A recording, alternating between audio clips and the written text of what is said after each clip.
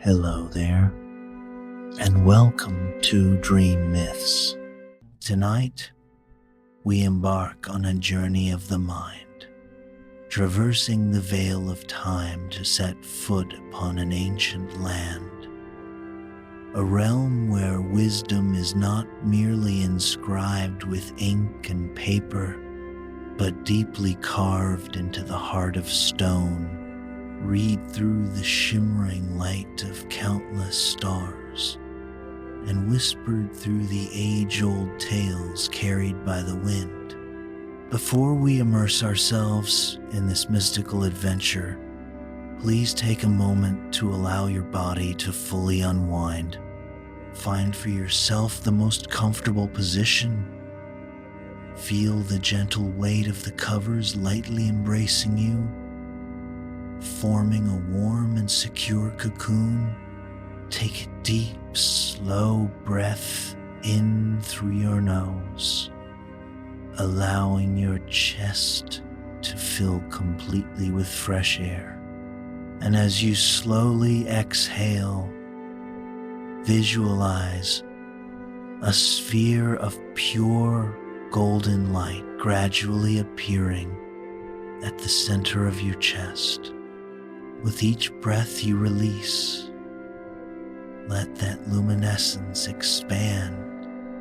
Feel its wondrous warmth, as gentle as the mild rays of a peaceful dawn. Let this healing light slowly permeate every muscle fiber, every joint, spreading downwards into your hips, your legs, all the way to your toes, then rising upwards through your chest, along your arms to your fingertips, and finally permeating through your neck and into your mind. Every part of your being becomes peaceful and calm as this current of healing light softly flows through you. Now, the golden light has completely enveloped you like a protective cocoon, glowing softly with each beat of your heart, or gently flowing like an endless river of tranquility. There is no need to exert excessive concentration. Simply relax and revel in the flow of this healing light, allowing my voice to guide your mind deep into tonight's tale. As your breathing becomes as steady as ancient stones, and your mind as quiet as a deep forest before dawn, we shall step into an era where the most profound mysteries are about to be unveiled. We journey to ancient Ireland, not merely a lush green island, but a sacred land, where the boundary between the physical world and the spiritual realm is so thin, one can almost touch it. It is a place where the past whispers in the wind, and the future is written on the hallowed hills. Please ask yourself, do you possess the courage to lift the veil of reality, to step into that world where every stone, every stream sings a melody of time, and every forest conceals secrets of millennia? Are you willing to listen to the stories that only the most courageous souls can perceive? In the lingering, hazy dawn mist, gently enshrouding the sacred herbs, you kneel beside your mentor, Druid Osheen. Your hands firmly grip the bronze knife, carefully severing each tender stem. The sun has not yet fully risen above Terra Hill, that hallowed ground of ancient high kings. But the first calls of the blackbirds have already begun, breaking the night stillness. The ancient settlement still sleeps soundly, its roundhouses yet entwined with wisps of smoke from the previous night's campfires, like the last breaths of a fading dream. The ceremonial path winds gracefully, curving upwards to the great hill where the high kings of ancient Ireland once received their crowns, now immersed in a pensive silence, awaiting. Osheen gently reminds you, his voice deep and resonant like the rustling wind through ancient canopies. Feel the stem before you cut. This instruction is not merely about technique. It is a profound philosophy of connection. He continues, his eyes filled with ancient wisdom, directed towards the tranquil forest. Trees speak, but only to those who know how to listen. 3 summers have passed, and you have been Osheen's apprentice, diligently absorbing the ancient knowledge of the Druids. Yet, each new day unfolds a fresh horizon of discovery. Something new always awaits revelation. Beside Osheen rests his old oak staff, a sacred artifact passed down through generations. Its surface is intricately carved with myriad ancient symbols, mystical glyphs that catch the faint morning light. You have been taught to read a few of them, words imbued with power, records of sacred knowledge preserved through countless epochs. Your own staff, in contrast, remains smooth and unmarked, patiently awaiting the day you will receive its first sacred etchings, signifying your maturation on the Druidic path. Osheen carefully observes the chosen leaves, gently placing them into his woven basket, then murmurs softly, "The herbs are especially potent this morning." A brief silence, then he continues, his gaze fixed on the shifting horizon. The earth knows what approaches. Osheen looks directly at you, his eyes seeming to hold centuries of wisdom, profound and contemplative, just as I knew you would be the one when you first sought to learn our ways. Some are simply born to hear the old songs. You recall that fateful day. The hazel wand had trembled in your hand throughout the initiation, and the sacred fire had flared unusually high as you approached. Throughout the years, you have learned to read the flight paths of birds, to foresee the future, to locate medicinal plants under the guiding starlight, and to listen to the wisdom whispered on the wind through ancient stones.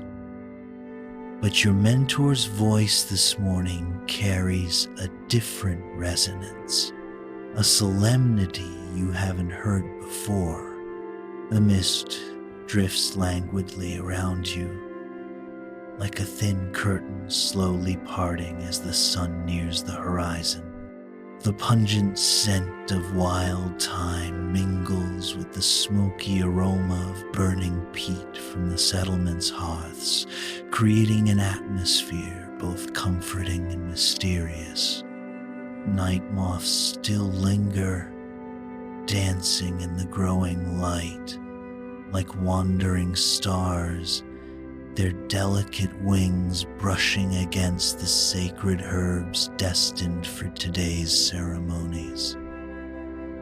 Osheen speaks in a low tone, almost a prophecy. A task approaches, he says, reaching for his staff. A task not undertaken in 7 generations. He pauses, his eyes following the swirling mist around them both, his voice solemn. The ancients have shown the signs in the way the leaves fall, in the flight of the winter geese, in the very stones upon which we stand. A moment of silence, then Osheen concludes, his words heavy with destined purpose. It is time to erect a new stone circle. Your heart quickens, a vibrant beat within your chest. At Osheen's words, you have seen the great stone circles scattered across the sacred landscapes, colossal pillars of rock perfectly aligned with the sun and stars, their shadows etched upon the ground like immense sundials, marking the turning of the seasons. The thought of helping to construct such a monumental work fills your soul with profound excitement and a deep sense of awe. Suddenly, a graceful movement catches your eye. In the thinning mist, a pale and elegant form emerges. It is a pristine white stag standing at the edge of the sacred grove, its antlers seemingly crowned by the first light of dawn. It gazes directly at you with ancient eyes that appear to contain the same profound wisdom you see in Osheen's face. Then, as softly as a falling leaf, it turns and vanishes into the mist, leaving you with a certainty that your apprenticeship as a druid is about to change forever. Come, Osheen says, gathering his basket of herbs. The others will arrive soon. His voice is filled with gravitas, signaling a new beginning. Today, you begin to learn the deepest mysteries of stone and sky. After hearing of the monumental task and witnessing the mystical appearance of the white stag, a quiet weight of responsibility settles upon your shoulders. You realize this is no mere ordinary undertaking, but a summons of destiny, a sacred calling, a vague premonition of the trials ahead weaves into your thoughts, yet simultaneously, a profound sense of honor swells within your heart. In that reflective moment, the wind seems to whisper an ancient melody, like a chant echoing from the depths of time, blending into the atmosphere, heralding a truly significant commencement. The forest path before you unspools like an earthen river, the ancient oaks and hazel trees casting a dance of shadows in the strengthening daylight. You walk amidst the elder druids, their white robes rustling against dew-laden ferns, each step imbued with a deliberate purpose. Osheen leads the small procession, his staff marking a steady rhythm upon the earth that seems to reverberate throughout the sacred woods. Niall, one of the oldest among them, speaks in a low voice. Observe how the brambles bend. He explains further, his gaze sweeping across the undergrowth. They reveal hidden pathways, if one knows how to truly see. You have learned much about deciphering nature's signs during your apprenticeship, yet the elders perceive layers of meaning that you are only just beginning to comprehend. A flash of white light piercing through the trees captures your attention. The stag from dawn, its antlers now crowned by the full morning light. It pauses, observing your group with eyes that seem to hold starlight before bounding ahead along the path. Osheen murmurs in agreement, a soft affirmation. The ancient ones still guide us. The druids carry their sacred instruments with profound reverence.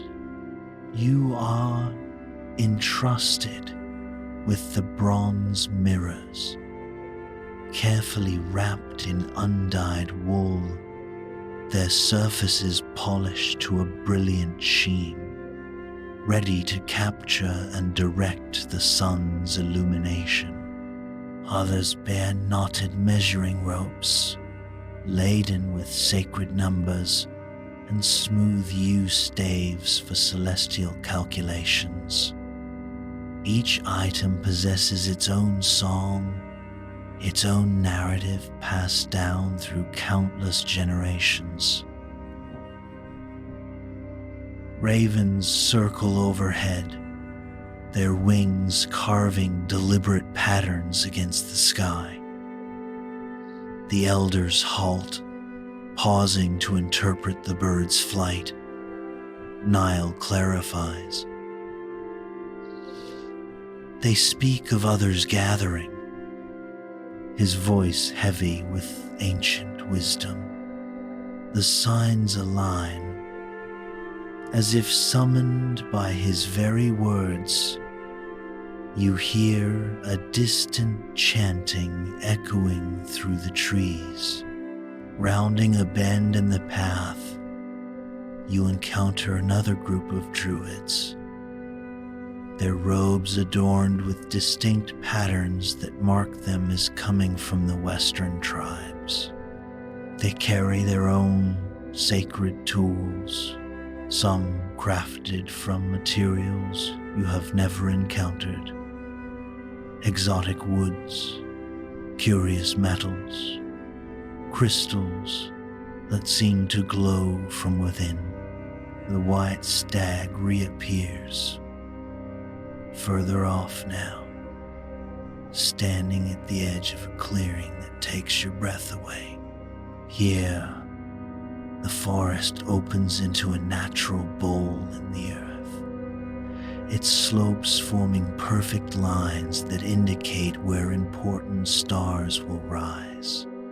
Ancient trees encircle the space, their branches framing specific sections of the horizon like living windows.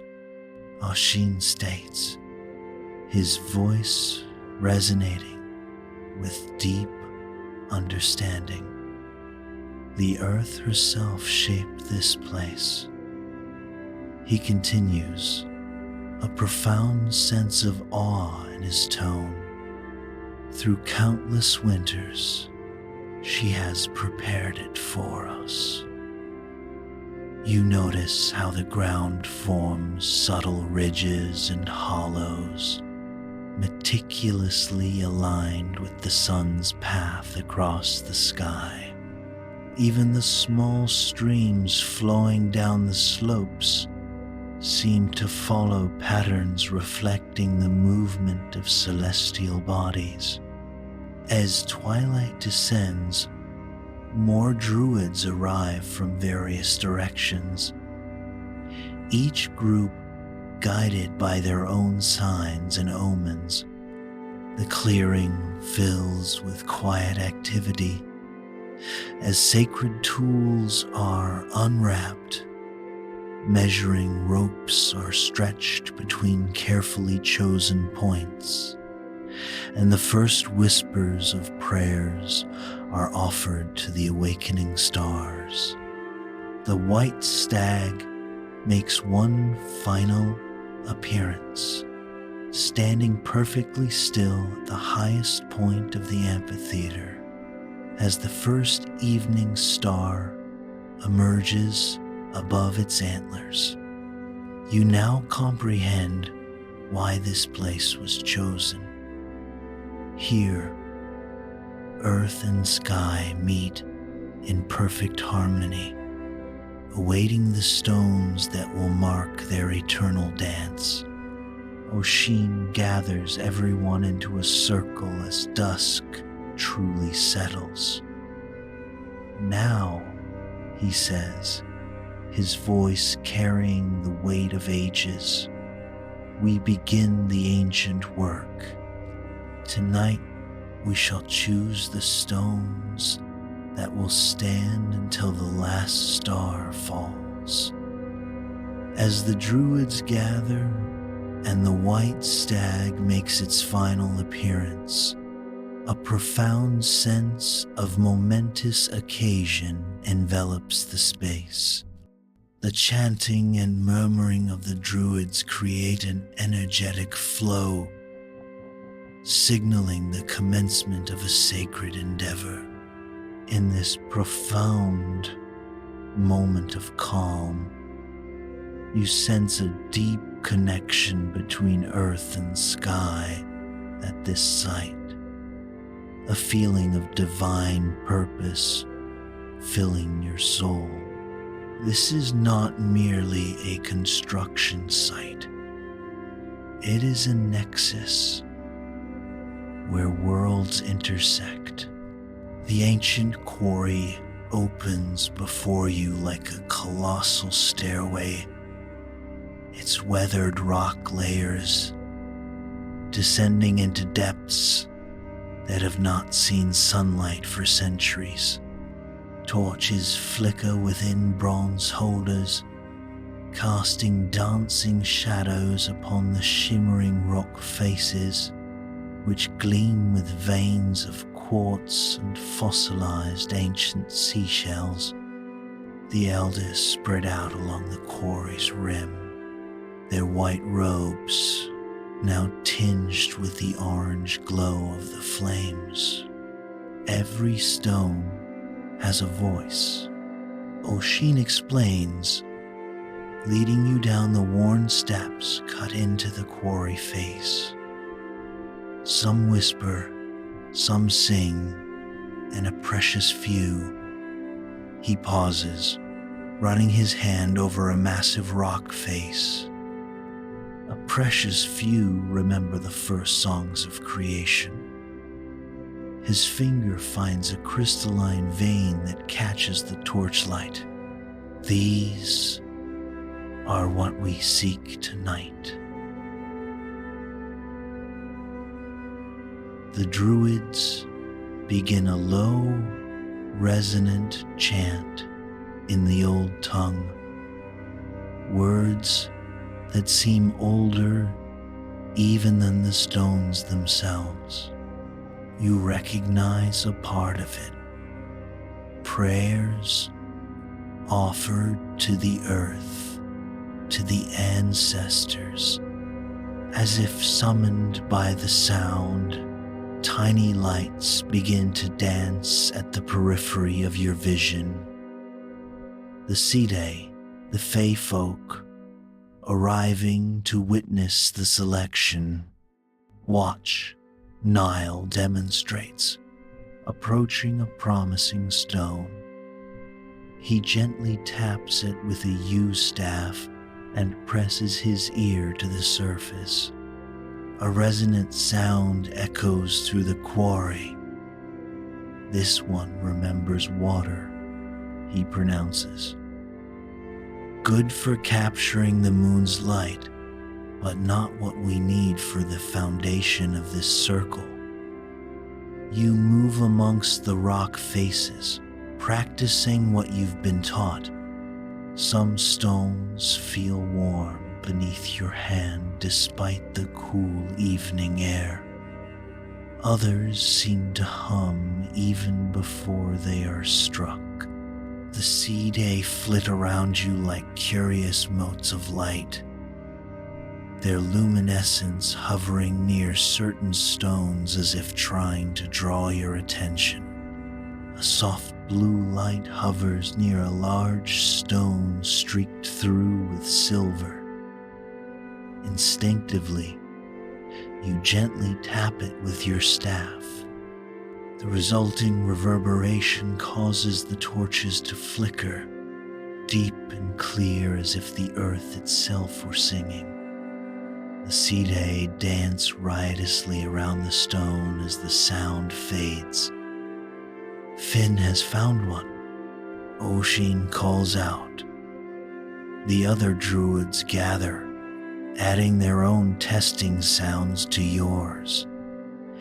Each tap builds upon the last, creating harmonies that seem to awaken something deep within the stone.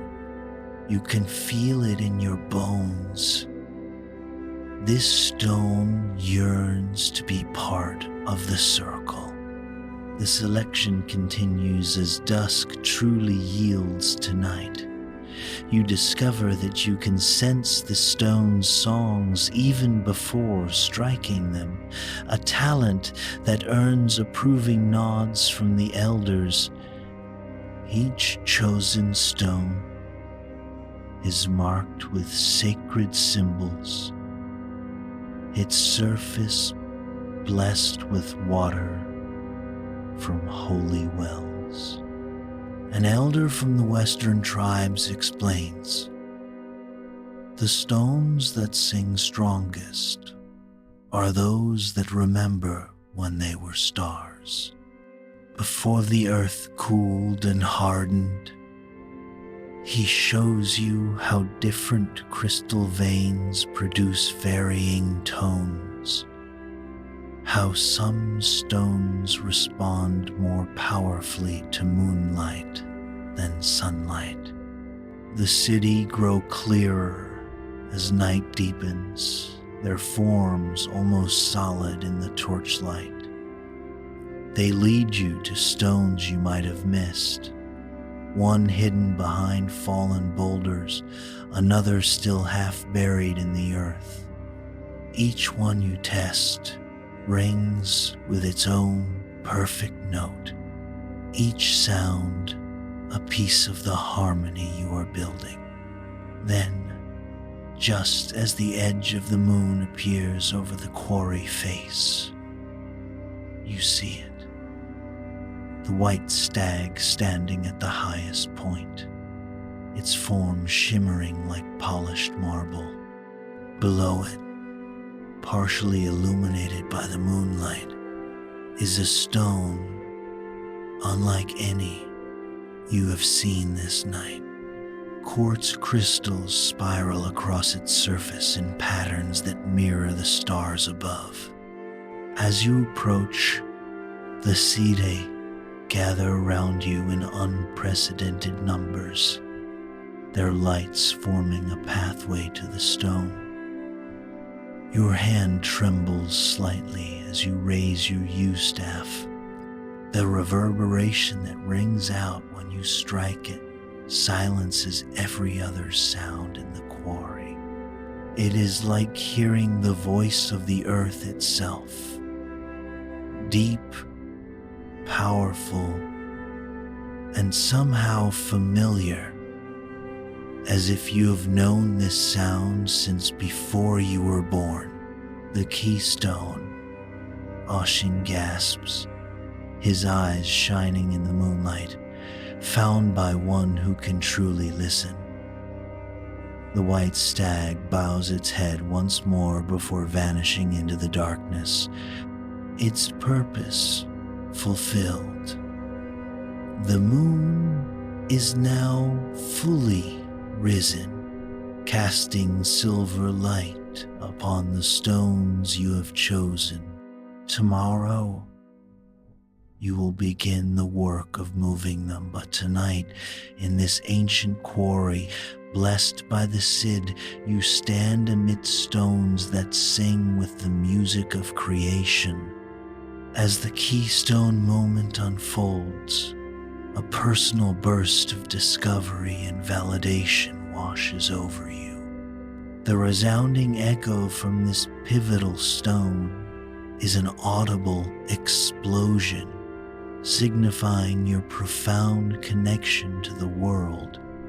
Osheen's approval and the white stag's disappearance bring a sense of completion and a deep conviction that you are on the right path.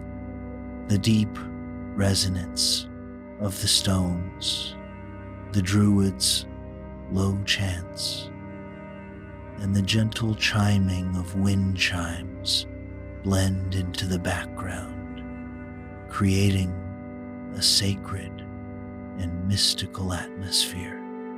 Erecting the stones and forming the circle, the second great wave. The first rays of dawn had just begun to paint the sky when you helped Osheen meticulously place the measuring wands in their precisely calculated positions. Your breath plumed into misty clouds in the cool morning air. As you stretched the knotted ropes between the markers, each knot representing sacred numbers passed down through generations of druids. A massive stone already awaited on its wooden cradle, a dark silhouette against the brightening sky. 7 times 7 paces from the central point, Osheen instructed, his eyes following your every measured movement. And 3 times 3 to mark the sun's journey. You had practiced these intricate calculations countless times, but never for anything of such monumental significance. This stone had to align perfectly with both the midwinter sunrise and the spring equinox, destined to mark the turning of the seasons for centuries to come. Other druids moved around you in carefully orchestrated patterns, setting additional markers and checking every angle with bronze mirrors, catching the first glints of sunlight. Their movements were not merely work. They were part of an ancient dance, a sacred choreography weaving earth and sky.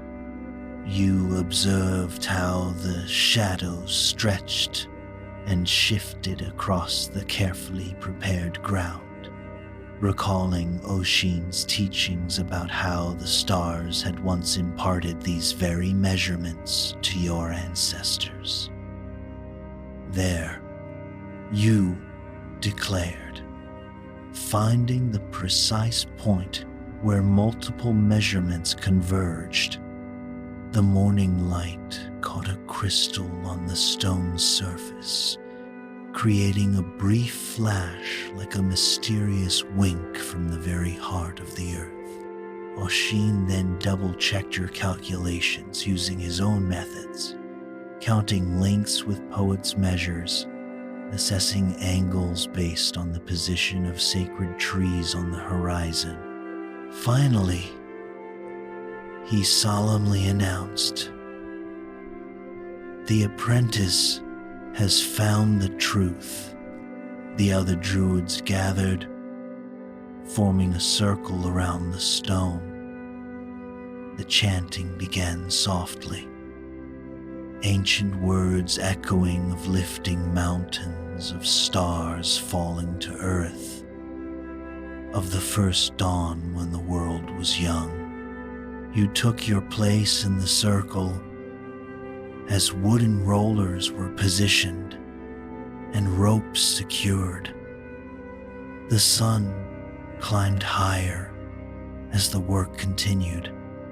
The stone seemed to grow lighter with each careful pull, as if the chanting itself were helping to lift it.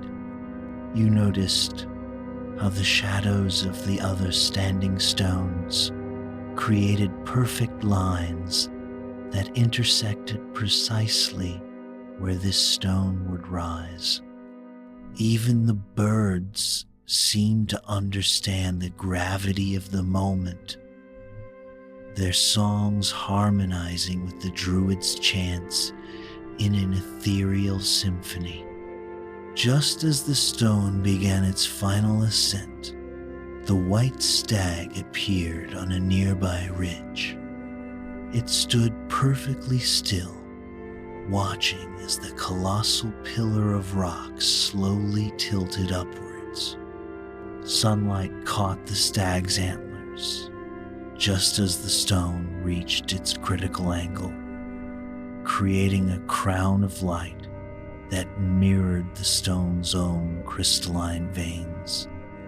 The final positioning required both immense strength and absolute precision. Each druid knew their role, adjusting ropes and guiding with subtle movements until the stone began to settle into its prepared socket. The chanting grew more powerful, and you felt something shift in the air, like the moment just before lightning strikes. As the stone slid into its final place, a beam of light struck its face, a sunbeam illuminating the crystalline patterns deep within. For a fleeting moment, the entire pillar seemed to glow from within, its light connecting earth and sky. The white stag bowed its head one last time before dissolving into the morning mist, its purpose fulfilled. Osheen placed his hand on the stone, feeling its perfect alignment. "Perfect," he whispered, and you heard the pride swelling in his voice. "It will stand until the stars grow old."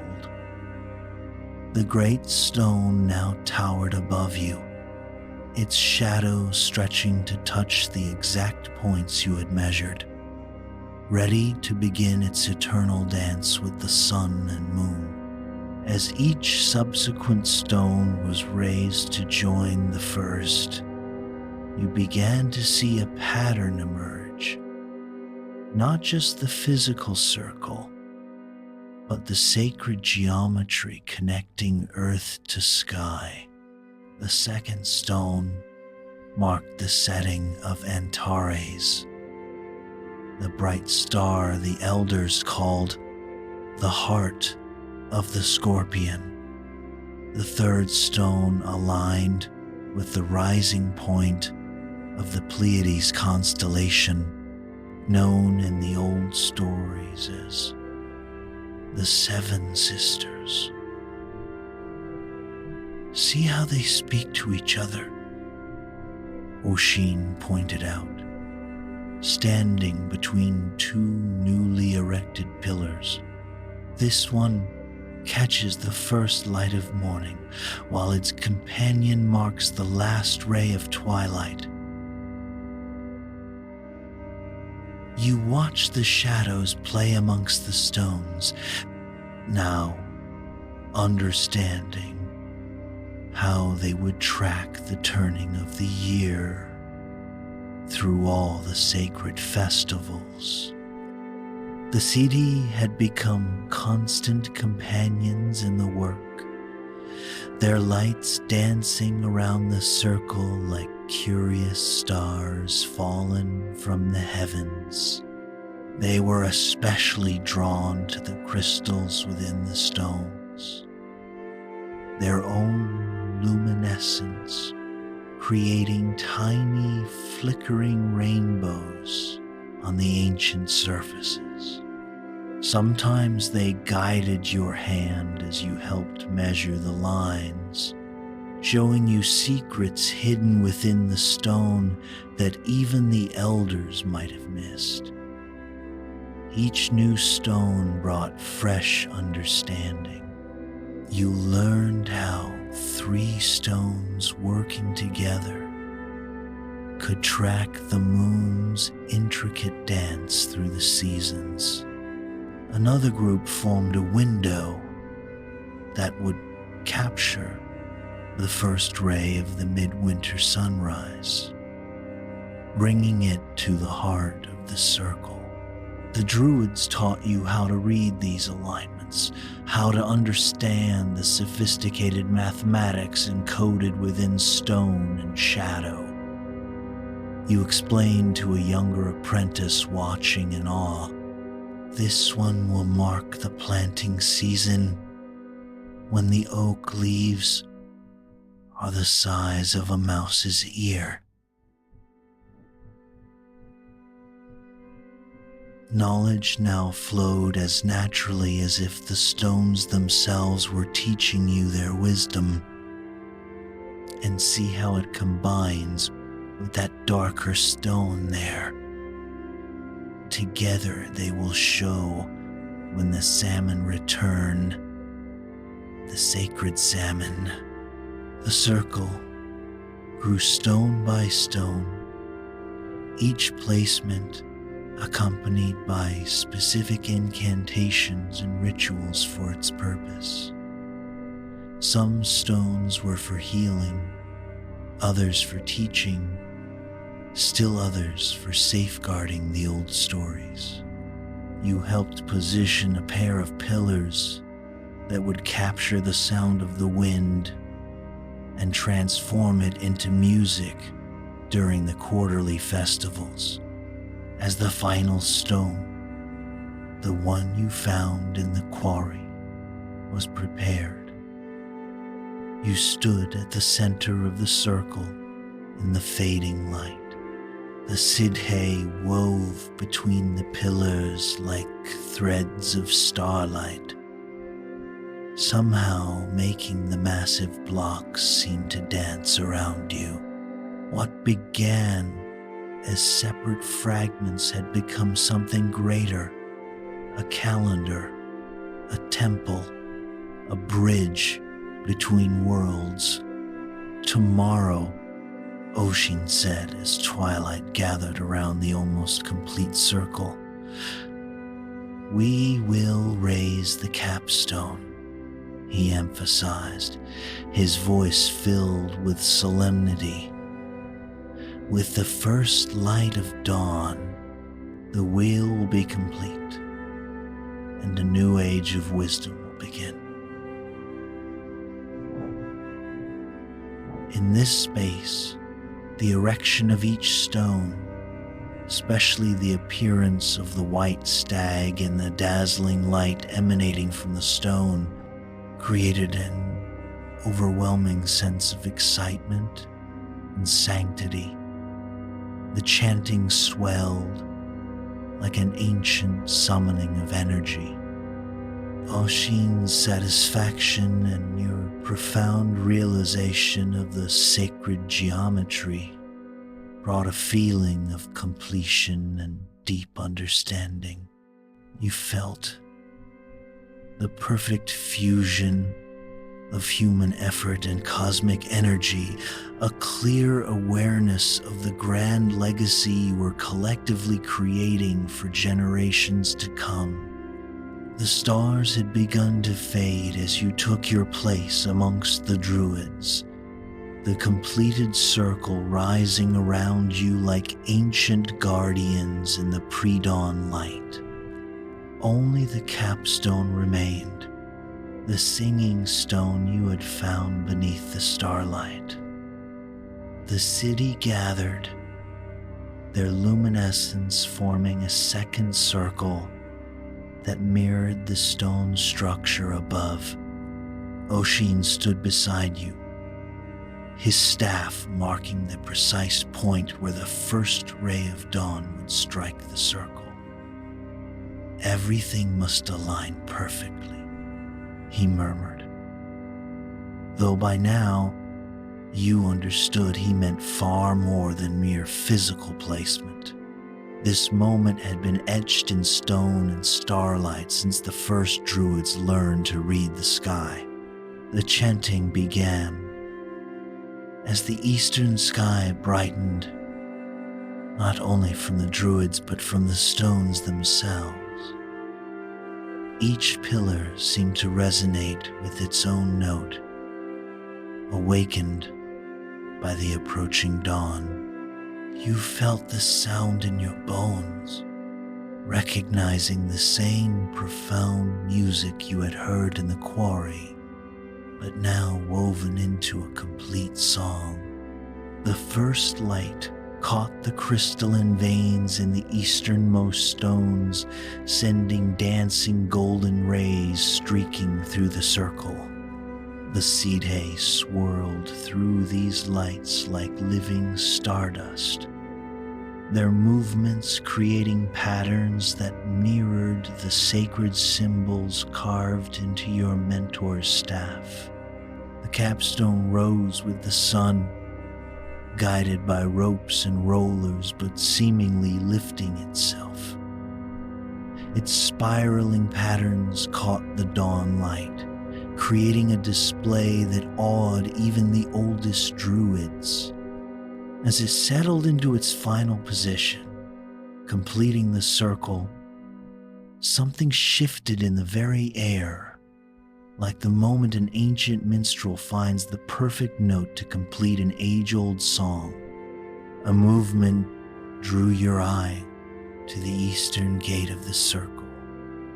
The white stag stood there for one last time, its form now seeming to be composed of pure dawn light. Behind it, the sun ascended from the horizon, sending its first full ray through the carefully aligned stone. The beam struck the spiraling heart of the capstone, and suddenly the entire circle came alive with light, each stone catching and reflecting the illumination precisely as you had planned, but somehow more magically than you had ever imagined. "Observe," Osheen whispered, and you saw how the light created shadows that marked the turning of the year. Patterns written in light and shadow across the circle's floor. The stones you had helped choose and raise would track the festivals for countless generations, keeping the old wisdom alive in a language written in sunlight and shade. The white stag bowed its head before dissolving into the morning mist, but you now understood its spirit, like the wisdom of the ancestors, lived on within the stones themselves. This circle would stand witness to 1,000 dawns, teaching those who learn to read its signs, singing the deep song of the earth to all who were willing to listen.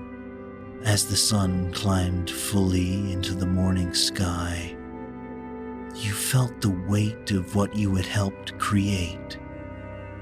Not just a monument of stone, but a keeper of sacred knowledge, a teacher of the ancient ways, a bridge between past and future. The Sidhe danced a final pattern through the stones before vanishing, the last shadows of night leaving behind a feeling of blessing that seemed to emanate from the very earth. Now, Osheen said softly, his hand resting on the capstone, "Now, you understand why we build with stone. Some wisdom is too precious to trust to words." Around you, the circle hummed with its own quiet music, ready to begin its eternal dance with the sun and stars, holding its deepest mysteries safe until they were needed again. The music swelled, brass bells reverberated, Druid chants and stone echoes harmonized, then gradually subsided into the whisper of wind through the stone crevices and the gentle sounds of nature, leaving a haunting resonance. Night descended, cloaking the rugged landscape, enveloping the remote parish in profound darkness. A young man named Gouish stood beneath the eaves of a weathered wooden house, his keen eyes sweeping through the dense gloom. The only light emanated from a full moon, hanging high like a ghostly orb, casting a pale, ethereal glow upon the vast grasslands before him, which were punctuated by small clusters of ancient trees, their gnarled branches grasping at the night sky. Gouish often came to this place on nights such as these, seeking solitude amidst nature's melancholic yet captivating beauty. However, tonight, a restless unease clung to his bones, his mind swirling as he contemplated the endless, monotonous days stretching ahead in a place he now called home, but to which he never truly felt he belonged. As Gouish gazed absently into the darkness, a strange sound arose from the distance. It began low, almost at the edge of perception, a rhythmic thrum like waves lapping against a lonely shore. But gradually it increased in volume, building to a jarring crescendo like a mighty waterfall, plunging from a steep cliff. The noise was now growing closer, and Gouish began to distinguish voices, raucous laughter, joyous shouts, indistinct murmurs. It sounded like a drunken mob descending upon the remote parish, but who would be so merry in the dead of night in this desolate wilderness? The chaotic din swirled violently as it approached, and Gouish caught snippets of songs in an utterly foreign tongue. The words were wild, primal, and they made his hair stand on end. even though he understood nothing of their meaning. He hesitated, torn between investigating further and fleeing to the safety of the house. But ultimately, curiosity won out. He quietly crept towards the noise as it wrought havoc on the previously peaceful night. At the edge of the sprawling grasslands was a ring fort, an ancient circular enclosure built by the pagan tribes of Old Ireland. As Gouish drew near, he saw flickering lights dancing within the ramparts like ghostly ignes fatui. The tumultuous noise poured directly through the fort's narrow entrance. Gouish tiptoed forward, his heart pounding in his chest, each beat like a resonant drum. Concealed in the shadows, he peered into the enchanted area and beheld a sight that would forever be seared into his memory. A host of diminutive, luminous figures were gathered inside the ring fort, swirling around a fiercely burning bonfire. They seemed to be engaged in a wild ritual, shaking rattles made of bone and beating furiously on makeshift drums. Their clothing appeared to be stitched from moss and leaves, ancient symbols painted on their skin in shades of blue and green. Some had gnarled horns protruding from their foreheads.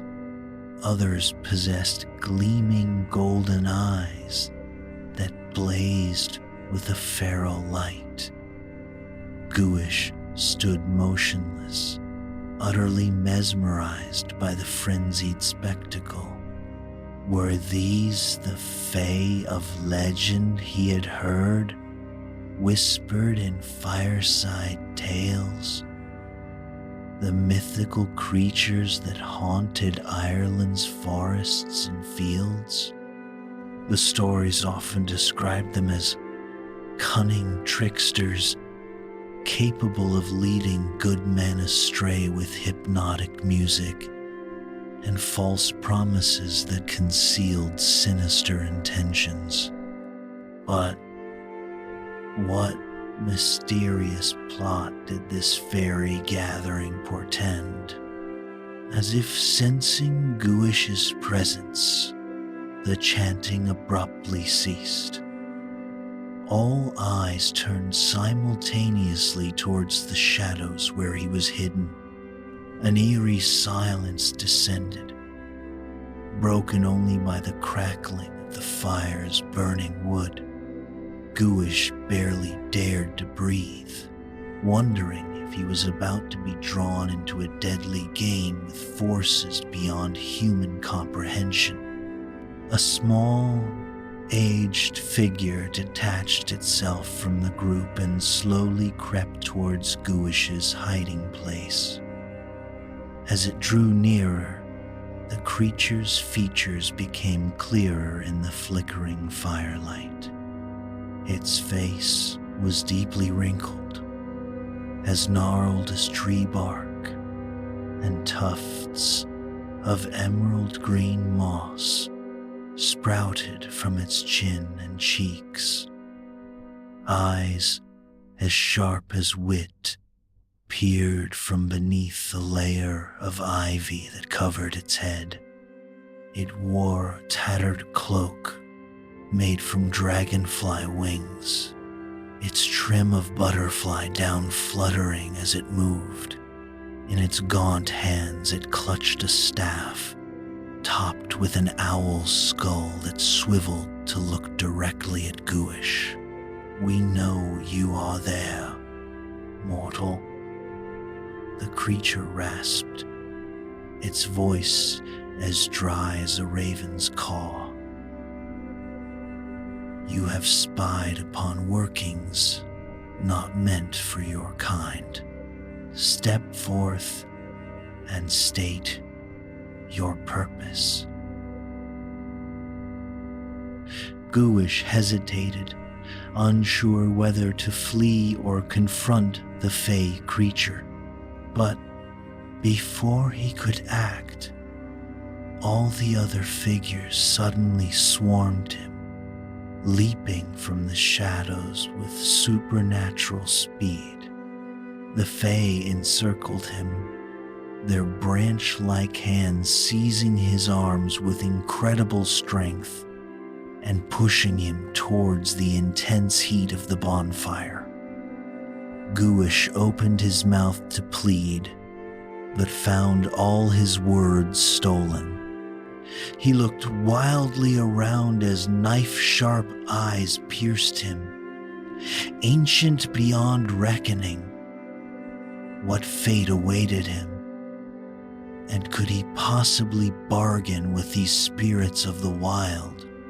The Fae brought Gouish before their council and forced him to kneel before the ancient, moss-laden fairy king. The king raised a gaunt hand to silence the remaining curious Fae. He scrutinized Gouish with eyes that burned with cold, piercing wisdom. Gouish met the fairy king's gaze, determined not to show fear, even as his heart hammered like a caged bird. Finally, the fairy king slowly nodded. "This one has courage, and cunning too, I perceive," he rumbled, his voice filled with arcane mystery. "Bring him a draught, so that we may speak with him." The sudden appearance of the Fae and Gouish's capture create a small wave of intense fear and tension.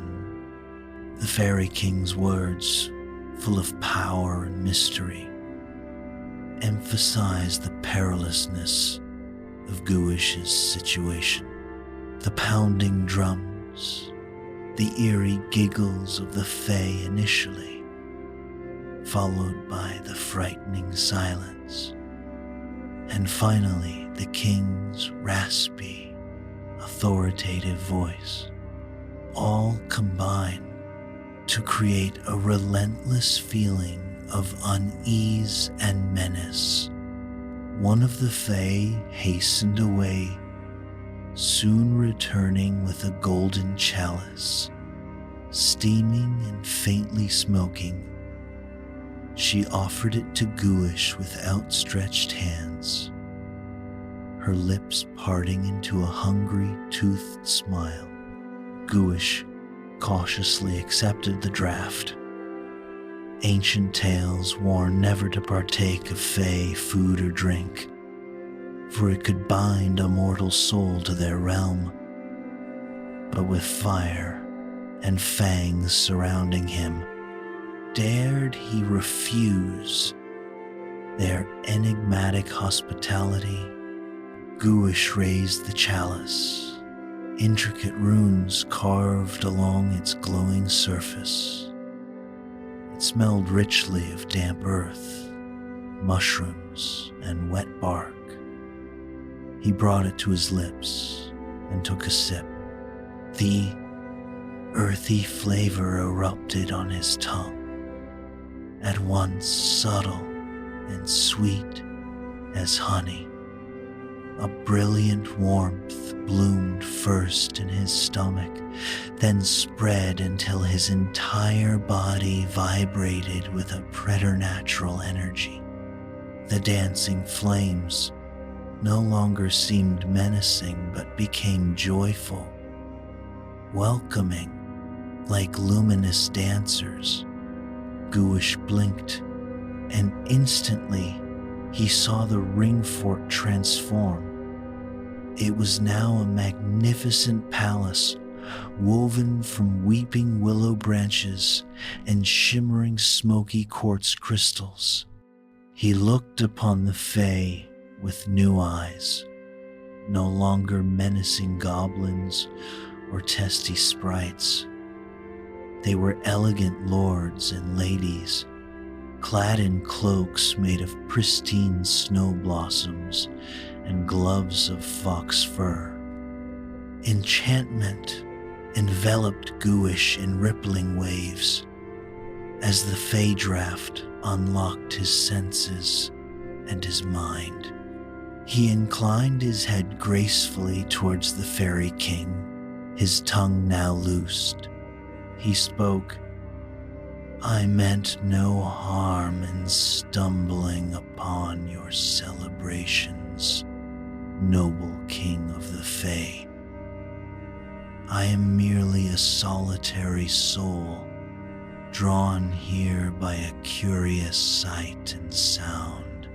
But no sooner had the words left his lips than the air vibrated, and before him appeared a horse of such majestic beauty that it seemed a creature forged from poets' dreams, adorned with a shimmering golden bridle and a saddle of pure silver. The steed stood ready. One of the Fae from the throng, now also mounted, spoke to him, an invitation suspended in the air. "Will you ride with us tonight, Gouish?" Without a moment's hesitation, Gouish affirmed his readiness.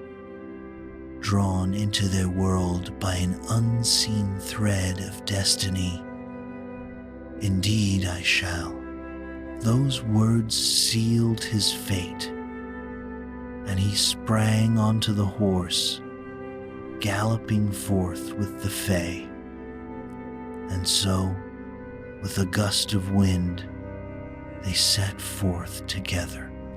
They rode with a speed that far surpassed the swiftest mortal steed, a blur through the landscape that even the biting chill of the winter wind could not match. They rode beyond the confines of time and space until the very elements themselves seemed to stand still in awe of their journey.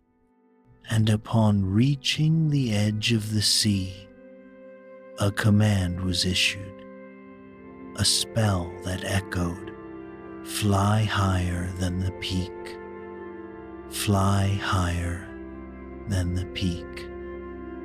And instantly they soared aloft. The world was but a whisper beneath them, only to descend once more, landing softly upon the earth. Their journey was unbound by the laws that governed the mundane.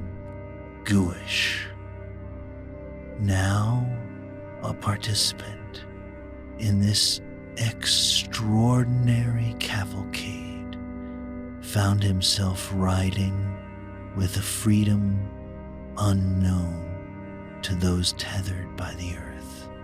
The adventure he had embarked upon was not merely a flight through the sky. It was a journey into the very heart of wonder, a journey that would forever alter the course of his life.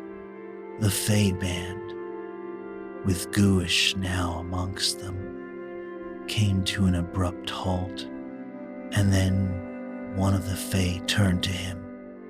Curiosity and anticipation mingled in his ethereal voice. "Gouish, do you understand the land upon which you stand?"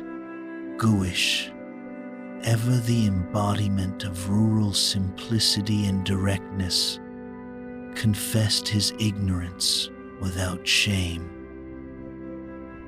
"I do not know," he admitted, his voice a blend of wonder and bewilderment.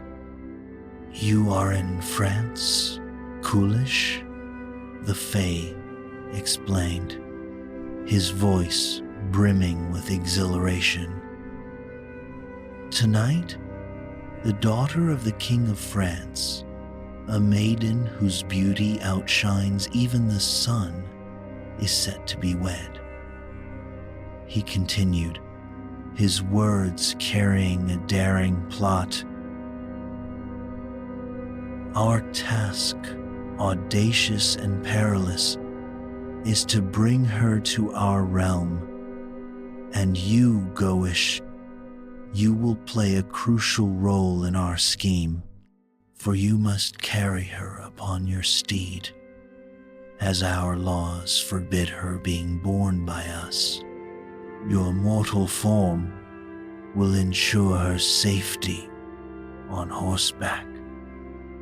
Gouish, though surprised by the gravity and suddenness of the mission, felt a surge of courage. "Why should I not be pleased?" he declared, his voice ringing with newfound resolve. "I am ready to follow your lead, to embark upon any path you set forth." With a word of power spoken in a language unknown to Gouish, the Fey band was transported with him into the heart of a grand palace. Gouish's consumption of the Fey draft and his subsequent perception of the world transforming around him created a burst of sensory and cognitive revelation. His decision to accompany the Fae was more than just a turning point. It was a complete plunge, propelling the narrative into an entirely new direction, rife with both wonder and peril. The music from the Fae Palace became melodic and enchanting, accompanied by the sounds of hooves galloping as if flying through space, and the wind whistling past their ears, all blending to create a soaring and surreal sensation, like a dream from which one never wishes to awaken. The grand wedding feast and the princess, romantic climax, and internal conflict. A feast of unprecedented grandeur unfolded before Gouish, a sight so dazzling that he was compelled to shield his eyes from its blinding brilliance. When he dared to look again, the opulence before him was unlike anything he had ever seen or dreamed of in his entire life. The hall was a magnificent chaos of color and light, draped in silks, satins, gold, and silver, illuminated by countless lamps and candles that made night as bright as day. Tables stretched throughout the hall, laden with an infinite array of food and drink, from succulent roasted meats to the finest wines and ales, surrounded by nobles and gentry in their finest festive attire. The air vibrated with the enchanting melodies of skilled musicians, while the hall's center bustled with dancers, their movements so swift and graceful that Gouish felt a whirlwind in his mind just from watching them. Amidst the joyous cheers, playful tricksters, and echoing laughter, this wedding banquet celebrated an event unseen in France for 20 years. For it was the king's daughter, the sole heir to the throne, who was to be wed this night, marking the culmination of 3 days of lavish festivities. Gouish and his invisible companions stood near an altar at the hall's far end, where 2 venerable bishops awaited the moment to solemnize the marriage of the princess and her fiancé. Invisible to all due to a subtle fey enchantment, they were phantoms in a splendid world, poised to execute their audacious plan. Curious, Gouish whispered, seeking guidance in identifying the princess amidst the throng. "Show me the princess," he urged, his eyes gradually adjusting to the overwhelming magnificence around him. "Do you not see her?" The fae beside him softly replied, directing Gouish's gaze to a specific point. And amidst the crowded nobility, Gouish's eyes fell upon a sight so profoundly lovely that it seemed beauty itself had taken form in her countenance. Roses and lilies had fought a gentle battle on her cheeks, each vying for dominance. Yet, in such harmony that neither could claim absolute victory. In that moment, Gouish grasped the magnitude of the task he had undertaken, for before him lay not merely a fey intrigue, but an adventure into the very heart of human beauty and royal dignity. The coming adventure promised not only to challenge him, but to reveal the richness of a world vastly different from the simplicity of his former life. As Gouish beheld the king's daughter amidst the resplendent grandeur of the feast, her beauty struck him with an almost tangible force, like a wave of pure emotion. Her arms and hands possessed the delicate beauty of polished ivory. Her lips were as crimson as ripe, freshly picked strawberries. The grace of her form was underscored by a foot as small and light as the touch of a songbird. Her figure was a perfect harmony of elegance and latent strength. Cascading torrents of golden hair framed her face, flowing like molten sunlight down her back, adorned with fabrics interwoven with shimmering gold and silver threads. She was an image of absolute royalty, her presence further illuminated by the radiant jewel set upon her finger, rivaling the sun in its brilliance.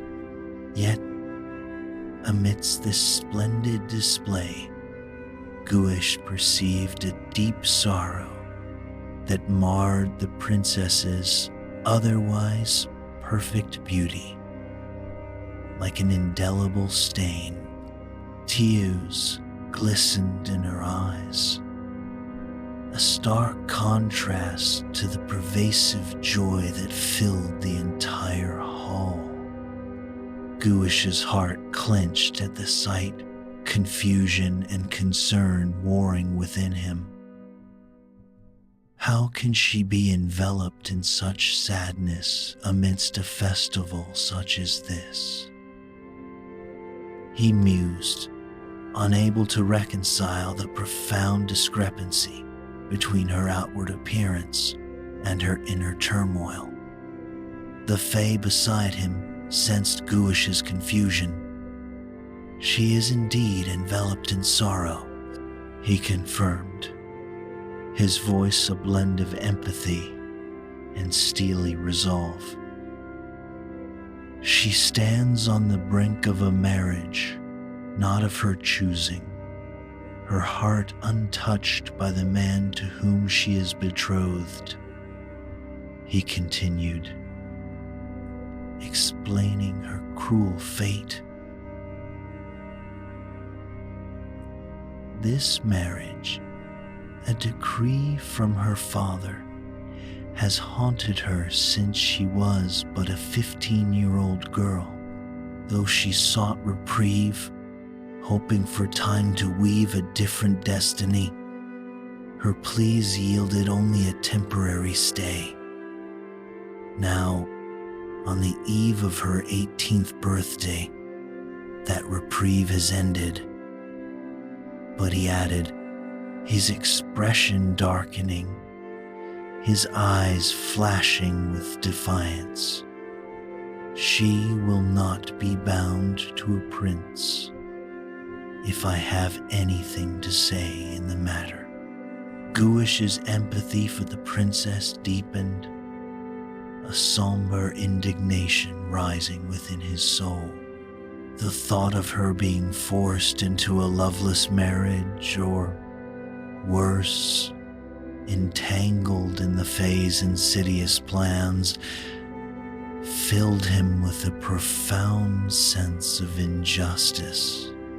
Yet, despite his fervent desire to help her, he found himself trapped in a web of powerlessness, unable to conceive of any means to alter her tragic fate.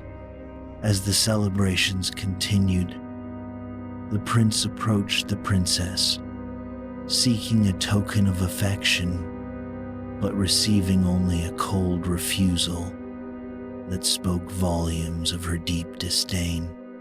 Gouish's heart ached for her as he watched the prince insistently coax her into a dance, her compliance a mere veneer that concealed her profound pain. Tears streamed down her cheeks as they danced, glistening in the lamplight. The decisive moment finally arrived as the feast reached its boisterous zenith. The king and queen, embodiments of supreme will, declared that it was time to solemnize the marriage. They led the young couple to the altar, the noble retinue following, a procession of destiny moving towards an inevitable conclusion.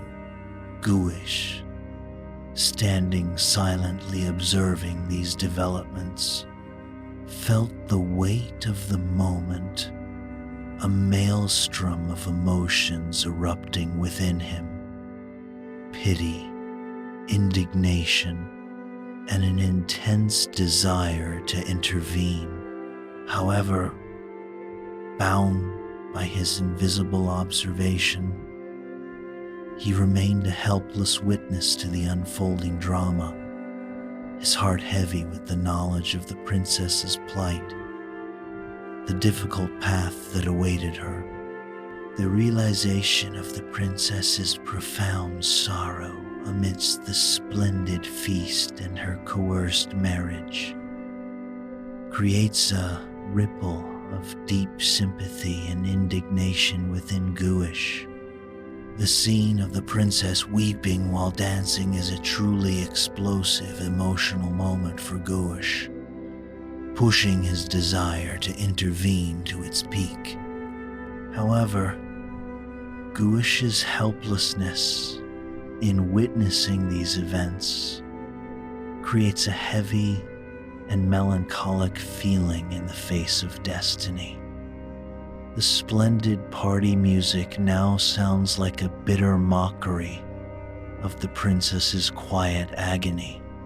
The magnificent party music, the boisterous laughter, the clinking of bells echoing throughout the hall, but pervading all is the princess's silent sobbing, gradually becoming clearer and more haunting in Gouish's awareness. Fae intervention and the princess's escape. Second climax. Burst of action. As the ceremony drew to a close and the attention of the congregation focused on the imminent wedding rites, a moment of unexpected chaos erupted.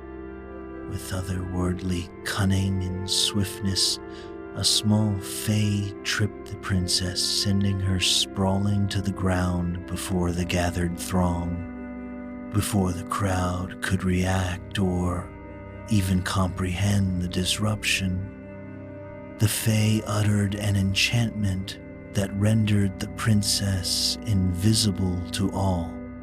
In the ensuing pandemonium, the fae deftly spirited her away, gently placing her behind Gouish, who was himself invisible to the onlookers due to fae magic. The palace, moments ago brimming with joy and splendor, plunged into disarray, the air thick with panic and disbelief, resounding with cries of despair and astonishment as the princess vanished before their very eyes. Invisible, Gouish and his companions made their escape, slipping through the bewildered throng and out into the night. With the solemn word, Gouish summoned his horse, a creature more spectral than flesh, its harness gleaming with an eerie luminescence. He was instructed to mount, taking the princess with him as dawn was approaching and their window for escape rapidly narrowing.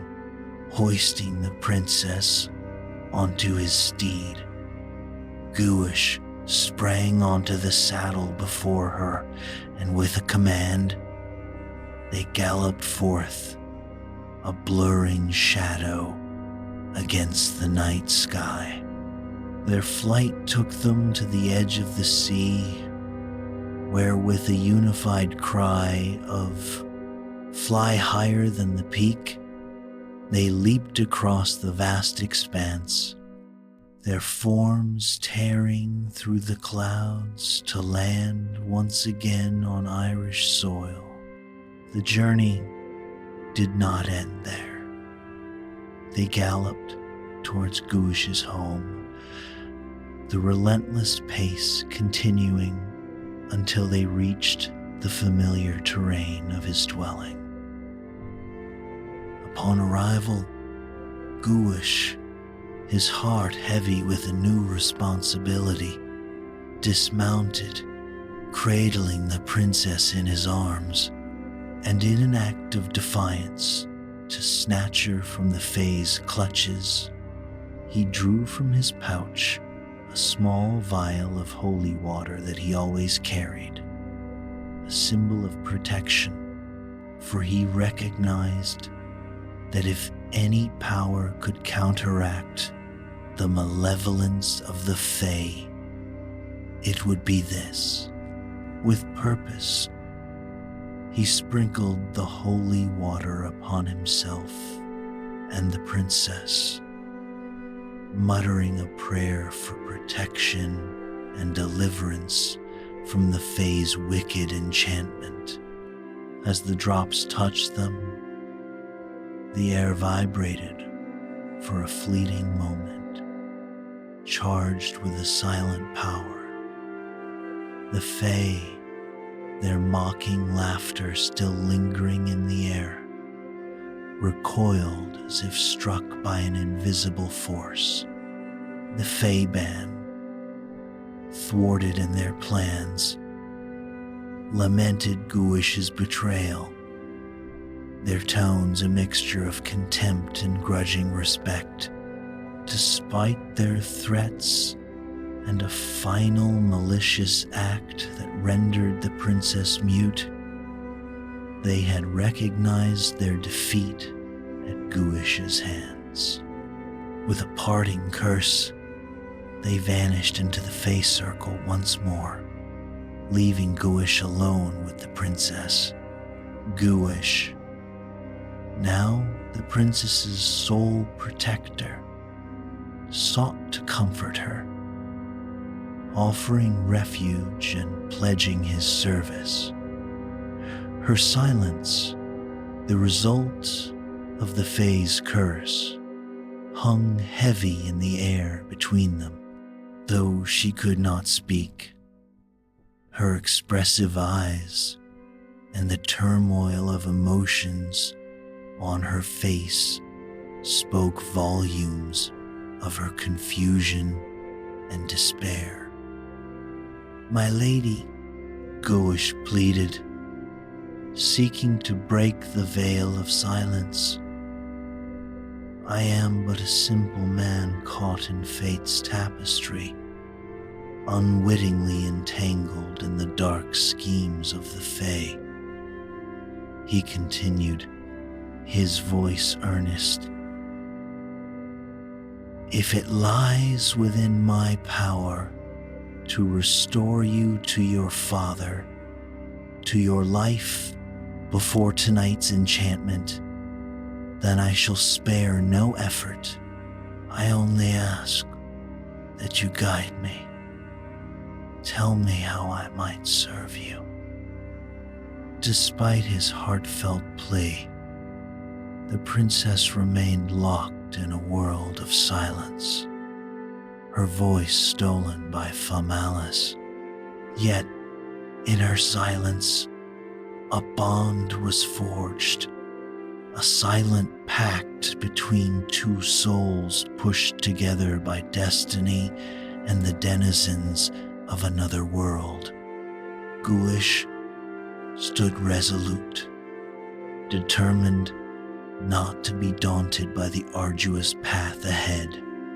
In the stillness of the night, under the gaze of the stars, he vowed to right the wrongs that had befallen the princess, no matter the cost to himself.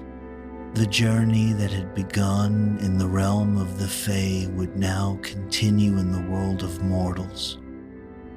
A quest not only for restitution but for redemption, and perhaps, against all odds, for love.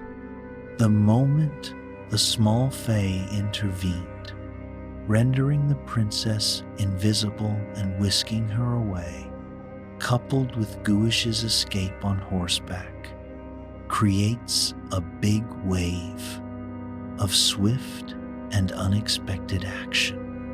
Gouish's use of holy water to break the Fae's charm is a crucial burst point, signifying a direct confrontation with supernatural forces. The Fae's disappearance, leaving Gouish alone with the princess, provides a significant sense of relief. However, the Fae's curse, rendering the princess mute, introduces a haunting, low note. The silence between them, combined with Gouish's vow, poses a profound question for the future.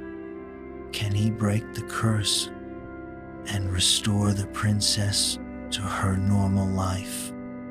The sounds of chaos in the palace, the wind's swift gallop of horses, the Fae's cries of retreat, followed by tense silence, broken only by Gouish's ragged breaths and pounding heart, create a dramatic and promising atmosphere. Faced with the immediate dilemma of where to take the princess, Gouish wrestled with his limited options. Taking her to his family home seemed fraught with complications. He doubted his kin's capacity to accept such an incredible tale, fearing the mockery or disrespect that might befall the princess in their care. The mere thought of it was unbearable. In this moment of profound hesitation, a spark of inspiration ignited. "Glory be to God," Gouish exclaimed, a plan forming in his mind.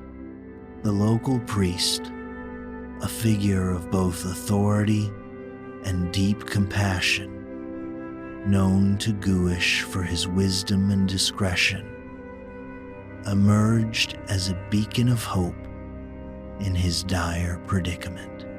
Trusting in the priest's empathy and willingness to help, Gouish resolved to entrust the princess to his care.